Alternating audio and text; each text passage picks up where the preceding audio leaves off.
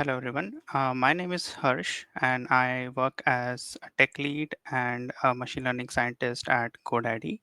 I have a PhD in machine learning and deep learning optimization. Today I'm going to talk about AI evaluation and its principle and the lessons that I have learned in my current job while working on 20 plus agents and building evaluation framework that is being adopted across our systems. These lessons are the key for for deriving these principles and how we can apply them uh,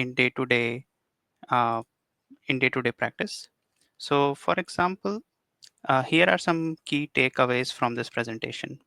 First, I'll be proposing a systematic approach on how you can measure your AI or LLM applications progress.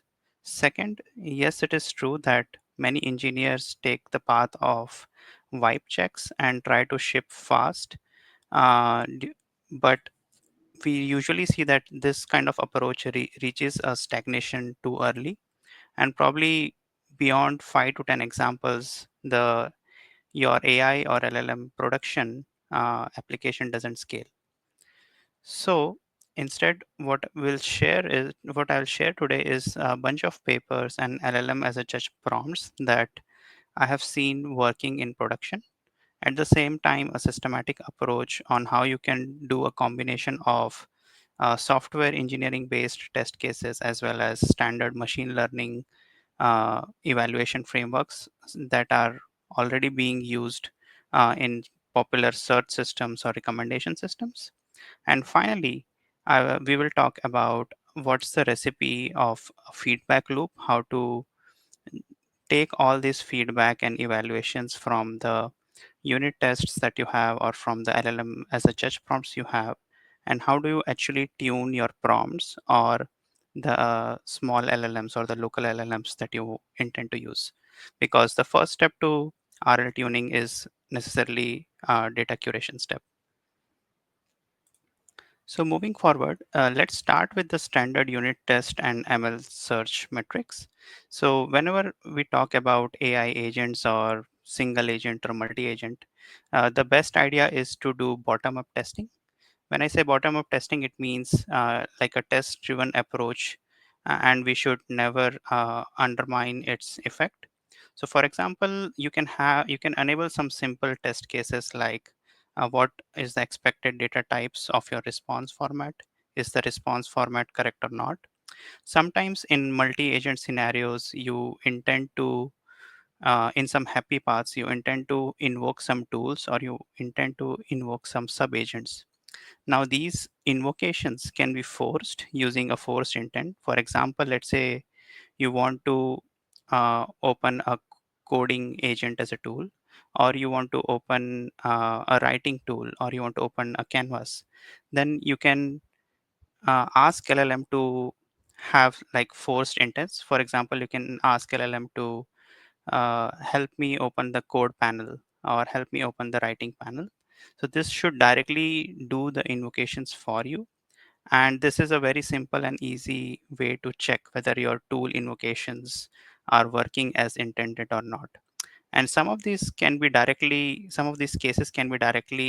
be part of your unit tests. In addition to that, there are many RAG-based systems, and context engineering is the new way of improving your AI systems. So there, the standard ML metrics, which have been used in search and recommendation systems, are always helpful. For example, if you are retrieving documents or you are looking up conversational history for some customers, precision, recall, MRR, these metrics are always helpful. In addition to that, you want to check some new metrics such as context relevance, means if the answer that you want to provide to the user is relevant to the input query or not. And second, if the context is used in the answer generation or not. So these are some standard lessons which can really help improve your end-to-end AI systems with standard metrics. There is no need of inventing new metrics in these scenarios, and you can still get a much more reliable system. Now, let's talk about some generic content evals, because this is the area where we and most AI developer feels that it's hard and challenging. Here are some of the use cases for where the product requirements could be very open-ended, or the content that you want to evaluate, which could be an output of an LLM or vision-based language models. It's hard to evaluate. So some of the examples are summarization, whether you are summarizing a product catalog history, or you are summarizing a conversational history. Here it is very hard to maintain what are the key facts and key conversation scenarios. Another use case is marketing, where you have to evaluate the factual correctness of a social post or a blog. At the same time, these posts or blogs should be engaging to the user and should actually improve the growth that uh, a a business is looking for. Another example is PowerPoint slides. Let's say you're trying to create slides given a blog or writing an article. Then you have to make sure the content in the slides are concise and they are not LLMs are not writing a lot, and also the key facts and information in the blog is captured in the slides. Another good example is question answering system or customer center, which are RAG based agents. Here also, sometimes the answer could have a 4-step troubleshooting scenario versus a 10 steps or 15 steps troubleshooting scenarios. So here you have to evaluate a lot of times the various chunking strategies, and if the answer is actually relevant to the user's query or not. Other Some of the other examples could be research agent or GPT-5 like scenarios, or finally, let's say you want to do some natural language understanding tasks, for example, product review or sentiment analysis. So these are some of the broad scenarios for which the content evaluation becomes a little bit more challenging. And it's also important to evaluate them at the same time. It has to be relevant to the user query.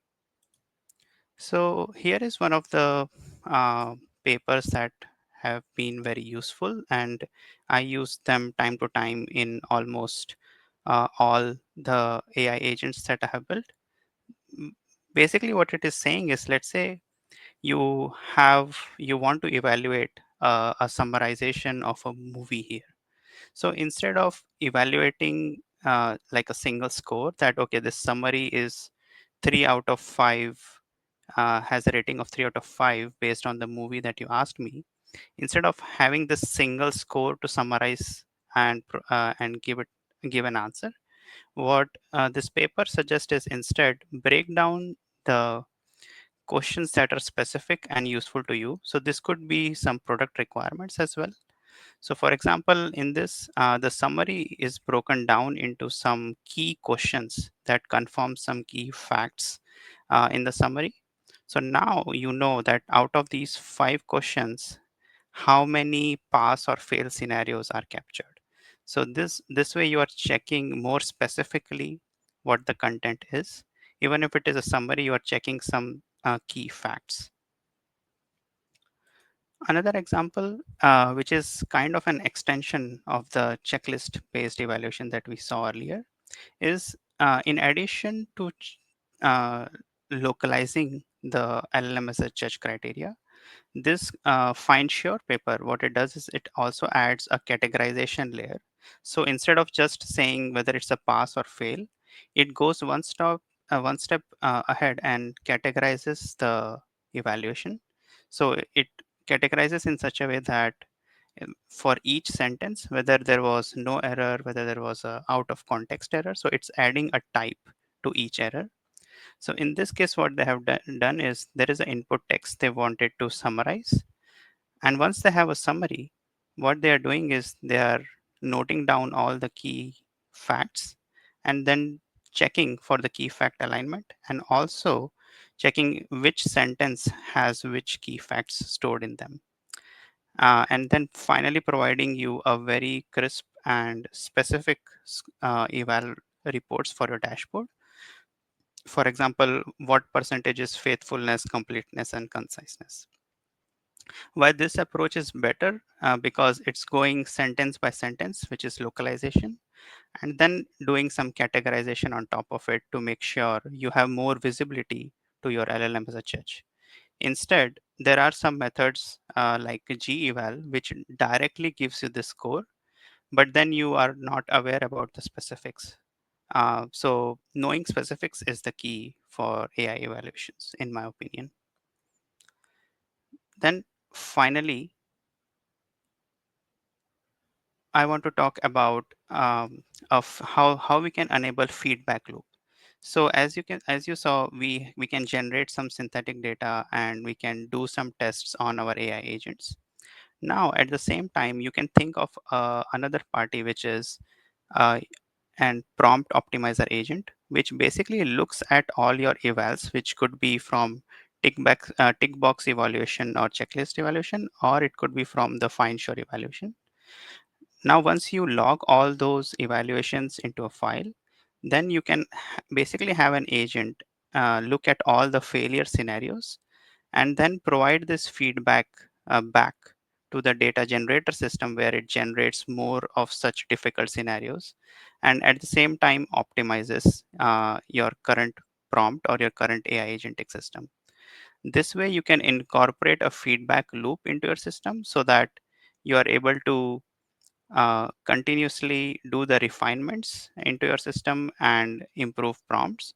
And at the same time, you are cataloging all the failure cases and improved test cases for your AI agentic system. And this data can in future be used for uh, LLM tuning or RL tuning. So this was the feedback loop. And finally, these are the evaluation principles which I use every day to design an evaluation system or design an evaluation framework that can be leveraged by other AI engineers in my team. So for example, localization is the first step. As we saw that checklist evaluation and fine share evaluation, they both focus on the specific key facts of the open-ended content, whether it could be a PowerPoint or it could be a summary. Second layer is categorization, where you want to categorize the products and the product requirements or the customer requirements. You don't want to just have an LLM judge as pass or fail, but you can add more categories. One example is, let's say you are generating a social post, then you can add a category that if if the social post was engaging enough or not. Similarly, if let's say you are having a PowerPoint slides, then you can say whether each slide pointer is concise or not. So, and then you can similarly integrate your product requirements with these two principles of localization and categorization. Third, recording actionable feedback and analysis is important, and that's what we saw in the last paper. And that's how we can improve our prompts and AI systems end to end. And then we start logging this results and the golden data set we have prepared. And as we know, these data set is prepared by flagship LLMs, which could be GPT-4 or GPT-5. Um, and once we have this data, then we can work towards LLM fine tuning or distillation techniques so that you, once you have the curated data, you can use it for fine tuning. That's all. Thank you, and looking forward for any questions.